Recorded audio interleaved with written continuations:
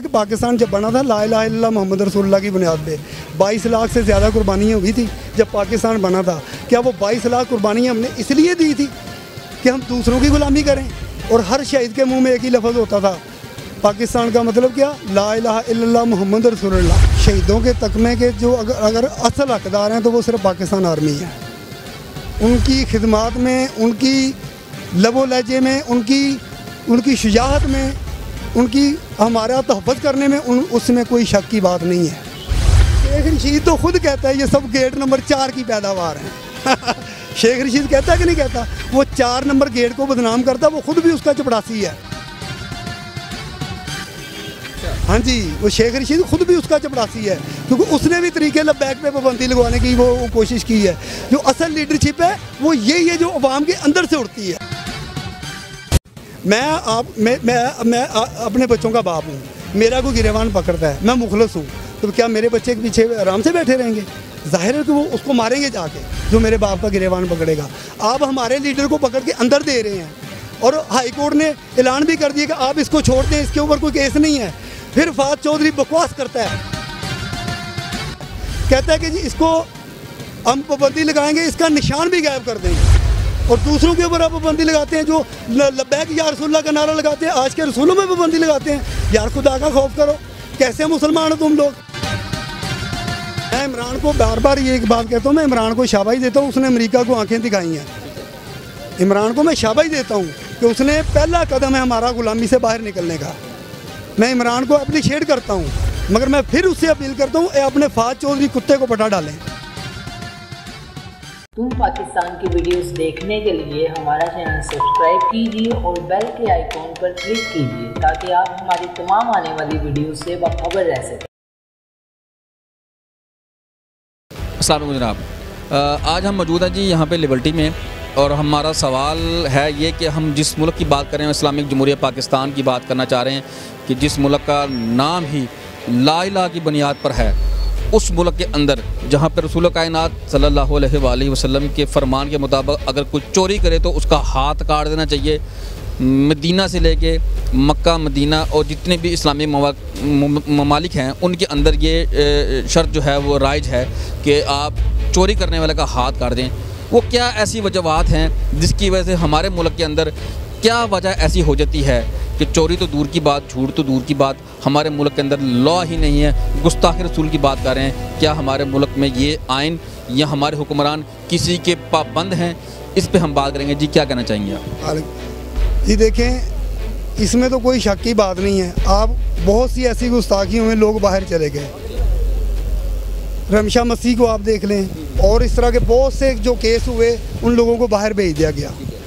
तो जहाँ तक आपने ये बात की है कि पाकिस्तान ला इलाहा इल्लल्लाह मोहम्मद रसूलुल्लाह की बुनियाद पर बना था, मैं आपको ये बताना चाहता हूँ कि जब हिंदुस्तान से गाड़ी, वो ट्रेनें की गाड़ियाँ शहीद करके उन्होंने भेजा था ना, वो लाहौर रेलवे स्टेशन पे आई थी, आपको याद होगा, और तारीख भी इस बात को बताती है। उन लाशों उठाने वालों में, शहीदों की लाशों उठाने वालों में, ट्रेन से निकालने वालों में मेरा बाप भी शामिल था। सवाल ये है कि इस मौके पे मैं आपको बताना चाह रहा हूँ कि आपकी इतनी कुर्बानियाँ हैं, आपकी इतनी कुर्बानियाँ हैं इस मुल्क के लिए, जो मुल्क बना ही ला इलाहा की बुनियाद पर है, उसमें गुस्ताखी रसूल या आले मोहम्मद की गुस्ताखी क्या हमारे पार्लियामेंट का हिस्सा है या नहीं है? आप रेमंड डेविड को देख लें, उसको रातों रात बाहर ले गए वो, उन्होंने हमारे 2 जवानों को जो है इधर मैं कहूँगा वो शहीद है। रेमंड डेविड जो है यहाँ पे आपने देखा कि पाकिस्तान से अरेस्ट हुआ, उसका जुर्म क्या था? उसका जुर्म यही था ना, उसने रास्ते में जाते हुए 2 लड़कों को, बच्चों को गोली मार दी। शराब के नशे में? शराब के नशे में। जिन लोगों ने आफिया सिद्दीकी को अमेरिका के हवाले किया, मैं उन लोगों को मैं कहता हूँ कि शर्म आनी चाहिए थी। क्या आप कौम की बेटी को आप अमेरिका के हवाले कर देंगे? ये किसने किया ये मैं नहीं जानता, ये अल्लाह जानता है। ठीक है जी, ये जिन लोगों ने ये काम किया और इसके नाम पर सियासत होती रही। इमरान खान भी कहता रहा मैं आफिया सिद्दीकी को लाऊंगा, नवाज शरीफ भी कहता रहा मैं आफिया सिद्दीकी, जरदारी भी कहता रहा मैं आफिया सिद्दीकी को लाऊंगा। तो क्या इनकी जो बात सुन ले, क्या ये इन लोगों ने हमारे जज्बात के साथ सियासत करनी है, हमारे जज्बात के साथ खेलना है? मैं कहता हूँ ऐसे हुक्मरानों पे, ऐसे सियासतदानों को शर्म आनी चाहिए थोड़ी बहुत। अगर इनमें कोई गैरत का लुकमा है ना, आप उनके अमेरिकनों को पकड़ के इधर बिठा लेते, आप हमारी आफिया सिद्दीकी को छोड़ो, हम इसको छोड़ देते हैं। ये तो होता है कि नहीं होता है? कि आफिया सिद्दीकी कोई जंगी कैदी थोड़ी थी, वो तो कौम की बेटी थी। उसको पकड़ के पता नहीं अमेरिकियों ने क्या क्या किया उसके साथ। उसका जुर्म क्या था? देखें, डॉक्टर जो होता है उसका पेशा होता है, डॉक्टर का पेशा होता है, वो दहशतगर्द का भी इलाज करेगा, वो मुजाहिद का भी इलाज करेगा, वो पाकिस्तान आर्मी के जवान का भी इलाज करेगा, वो पाकिस्तान के शहरी का भी इलाज, उसका पेशा यही है। हमें अपने हुक्मरानों से कहना है कि ये गुलामी करते हैं, ये गुलामी करते हैं। क्या जब आपने पहले शुरू में जो बात की है कि पाकिस्तान जब बना था ला इलाहा इल्लल्लाह मोहम्मद रसूलुल्लाह की बुनियाद पे 22 लाख से ज़्यादा कुर्बानियाँ हुई थी जब पाकिस्तान बना था। क्या वो 22 लाख कुर्बानियाँ हमने इसलिए दी थी कि हम दूसरों की गुलामी करें? और हर शहीद के मुँह में एक ही लफ्ज़ होता था, पाकिस्तान का मतलब क्या? ला इलाहा इल्लल्लाह मोहम्मद रसूलुल्लाह। शहीदों के तकमे के जो अगर असल हकदार हैं तो वो सिर्फ पाकिस्तान आर्मी है। उनकी खिदमात में, उनकी लबो लहजे में, उनकी शुजाअत में, उनकी हमारा तहफ़्फ़ुज़ करने में उसमें कोई शक की बात नहीं है। अगर घटियापन है जो ज़ाती मफादात की, मेरी बात अभी पूरी सुननी है।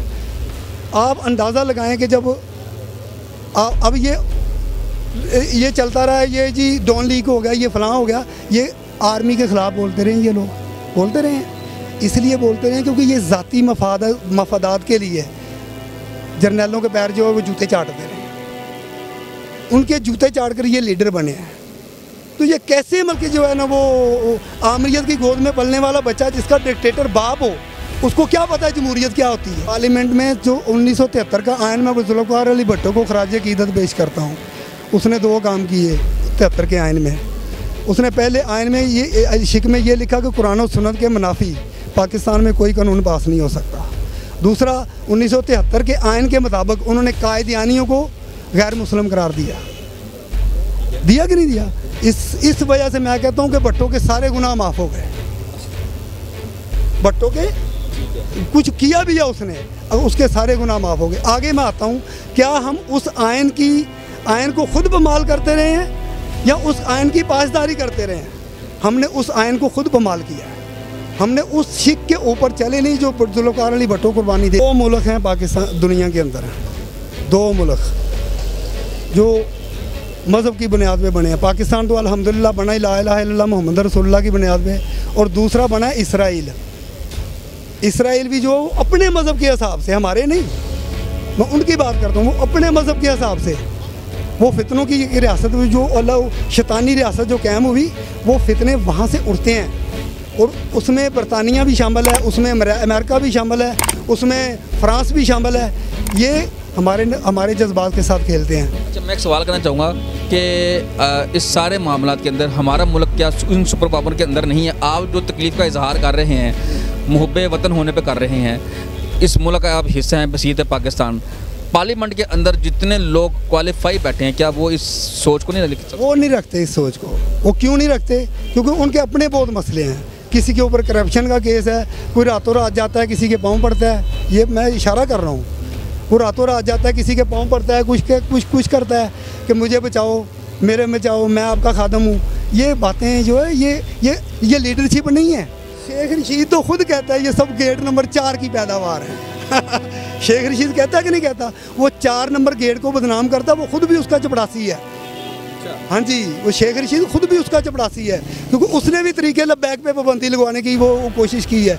जो असल लीडरशिप है वो यही है जो अवाम के अंदर से उठती है। क्या मुतालबा करते हैं गवर्नमेंट से? यही करूँगा कि देखें, अगर तरीके लबैक पे पाबंदी लगी, मैं और मेरा ख़ानदान ज़िंदगी में कभी वोट नहीं डालेगा। किसको? किसी को भी, जमात को भी। अगर तरीके लबैक पे पाबंदी लगती है, हाँ, सोच बदली होती रहती है। अच्छा, आप एक उसको कर रहे हैं, तंजीम को कर रहे हैं, आप इस पे क्यों नहीं आ रहे कि अगर खुदा ना खास्ता नेक्स्ट टाइम जो है वो गुस्ताखी रसूल को करता है, देखिए उस पे गवर्नमेंट गुस्ताखी रसूल के खिलाफ आवाज़ सबसे ज़्यादा खादिम हुसैन रिजवी साहब ने उठाई है। उसने कहा कि फ्रांसीसी सफ़ीर को निकालो। इन्होंने वादा किया उनके साथ कि हम निकाल देंगे। ये अपने वादे पे पासदारी इन्होंने की। उसको वक्त से पहले साद रिजवी को गिरफ्तार कर लिया। एक सेकंड, हो सकता नहीं, मेरी बात सुने अभी। साद रिजवी को गिरफ्तार कर लिया। जब उसको गिरफ्तार करके ले गए, उसके बाद फितना उठा। उस फितने के जो भी मुल्क में हुआ, मार धाड़ हुई, उसकी जिम्मेदारी ये गवर्नमेंट है। तरीके लबैक नहीं है, उसकी जिम्मे देखें। मैं अपने बच्चों का बाप हूँ, मेरा कोई गिरेबान पकड़ता है, मैं मुखलस हूँ, तो क्या मेरे बच्चे के पीछे आराम से बैठे रहेंगे? जाहिर है कि वो उसको मारेंगे जाके, जो मेरे बाप का गिरेबान पकड़ेगा। आप हमारे लीडर को पकड़ के अंदर दे रहे हैं, और हाई कोर्ट ने ऐलान भी कर दिया कि आप इसको छोड़ दें, इसके ऊपर कोई केस नहीं है। फिर फाद चौधरी बकवास करता है, कहता है कि जी इसको हम पाबंदी लगाएंगे, इसका निशान भी गायब कर देंगे। अच्छा, दूसरी बात ये है, क्या मजहब उमूर के जो लोग बड़े बड़े ओहदों पे बैठे हैं वो इस पर क्यों नहीं जो है बात कर रहे? जैसे आप अपने अकीदे का इजहार कर रहे हैं। सुने, वो क्या नाम है, मौलाना फजलुर रहमान, वो तो बात करेगा नहीं, उसको तो आप, वो बीमार नहीं है वो करप्शन का बीमार है, उसके अंदर जो है ना करप्शन के कीड़े पड़े हुए हैं, तो वो उसको बेचारे के मुंह से हड्डी निकल गई है। इस बात की मैं शाबाश देता हूँ इमरान को कि इसने उसको हड्डी नहीं डाली। और बाकी जो मज़ाहिब के लोग बैठे हैं यहाँ पे, बाकी जो अकीदत के जो लोग बैठे हैं, अकीदत के लोग बैठे हैं ना, तो उसने हमें साद रिजवी साहब का जेल से पैगाम आया था कि आप अपने अपने घरों में चले जाएं। हमने किसी अल्हम्दुलिल्लाह मैं खुद उसमें शामिल था। हमने पुलिस वालों को खुद कहा कि आप हमारे भाई हैं, ठीक है ना। हम खैर अपने घरों में चले गए, बाद में मारदाड़ होती रही, पता नहीं क्या हमें, क्योंकि काम धंधे वाले लोग भी हैं हम, तो बाद में मारदाड़ होती रही। उसके तमाम जितने भी है वहाँ कहाँ से आर्डर आया कि इन लोगों के ऊपर गोली चलाओ? अल्लाह ही जानता है ये किसने आर्डर दिया कि इनके ऊपर गोली चलाओ, क्यों आर्डर दिया इनके ऊपर गोली चलाओ, क्या जुर्म था? देखें, ये जो सामने लाल मस्जिद हुआ था उस वक्त भी यही शेख रशीद जो है वो वज़ीर था, और आज भी जो है ये यतीम खाने मस्जिद के अंदर, वो जो साद रिजवी की मस्जिद के अंदर जो लोगों को गोलियां मारी गई हैं, इन्हीं के लोगों के कहने पे मारी गई। अच्छा, आपने बड़ा एक अच्छा वो पॉइंट जो है वो उजागर किया कि जो लाल मस्जिद पे हमला हुआ और जो लाल मस्जिद में जो लोग मरे उनसे वेपन बरामद हुए, उस वक्त भी जो है वो एक जर्नैल वहाँ बैठा हुआ था सीट पे, उसमें एक वजह थी। उस वक्त मुशर्रफ साहब थे ना, वो फुल टाइम पे अमेरिका के गुलाम थे। मैं मुशर्रफ को लीडर नहीं मानता ना, मैं उसको, मैं कहता हूँ कि वो पाकिस्तान का इस काबिल भी नहीं है कि उसका नाम लिया जा सके यहाँ। पूछे क्यों? क्योंकि मैं एज ए सिपाही, मैं अगर कौम का सिपाही हूँ, मेरा काम है अपनी जान कुर्बान कर देनी। आप कैसे सिपाही हैं? अपने जर्नैल के बारे में ऐसी बातें कर रहे हैं? मैं जर्नैल की बात नहीं कर रहा, मेरी बात सुन ले पूरी। मैं अगर अमेरिका को कहता हूँ कि डॉन अटैक करो, मेरा बच्चा अगर कोई गलत काम करता है मैं उसको खुद मारूंगा ना कि आपने क्यों गलत काम किया, ठीक है ना। कि यहाँ मैं हमसाए को बुला के कहूँगा इसके मुंह पे थप्पड़ मारो, नहीं, मेरी बात मुकम्मल नहीं हुई।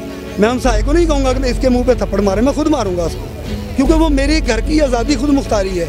इसी तरह पाकिस्तान की आज़ादी खुद मुख्तारी पे ऊपर जो मुशर्रफ साहब ने डॉन अटैक की इजाज़त दी अमेरिका को, ये अच्छा काम नहीं किया। लेकिन मेरा सवाल आपसे ये है कि अगर मुशर्रफ साहब ने ऐसी बातें की तो आपको याद होगा कि उनके अंदर एक पूरा वक्फ किया था, जो लाल मस्जिद के अंदर जाके कुछ अरकान गए थे, कुछ तादाद थी उनकी, उन्होंने मुतफिका फैसला दिया था। उस मुतफिका फैसले मुल्ला रिज़म ने आके इस पर बताया था। इसके ऊपर बड़े बड़े जो हमारे तजिया नगार थे ना, आपके समझते हैं उसमें मुल्ला रिज़म नहीं किया था? नहीं, मेरी सुने, इसके ऊपर जो बड़े बड़े तजिया नगार थे ना, उन्होंने कहा था इसकी यहाँ पे बमबारी की ज़रूरत नहीं थी।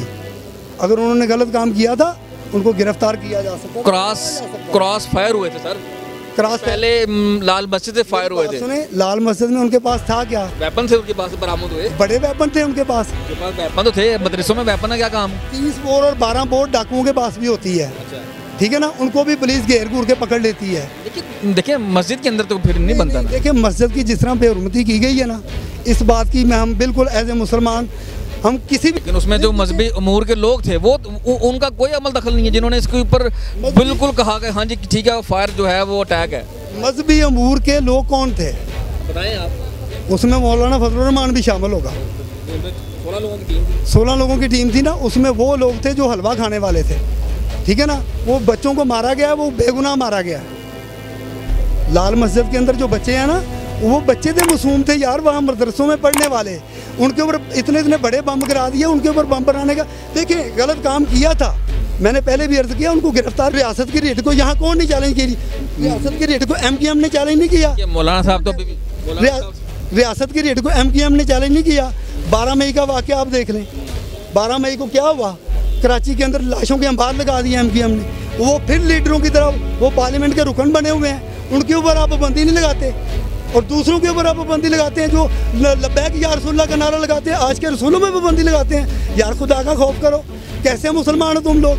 पार्लियामेंट में इस चीज़ का इजलास में जो है वो एक पास होना चाहिए कि गुस्ताखे रसूल की एक शिकन जो है जो पहले चलती आ रही है, पार्लियामेंट में कानून मौजूद है, उस पर अमल क्यों नहीं किया जाता? अमल क्या कौन करेगा अमल जब सारे यहाँ पे गुलाम हो। मैं इमरान को बार बार ये एक बात कहता हूँ, मैं इमरान को शाबाश देता हूँ, उसने अमेरिका को आंखें दिखाई हैं। इमरान को मैं शाबाश देता हूँ कि उसने पहला कदम है हमारा गुलामी से बाहर निकलने का। मैं इमरान को अप्रिशिएट करता हूँ, मगर मैं फिर उससे अपील करता हूँ अपने फाद चौधरी कुत्ते को पटा डालें।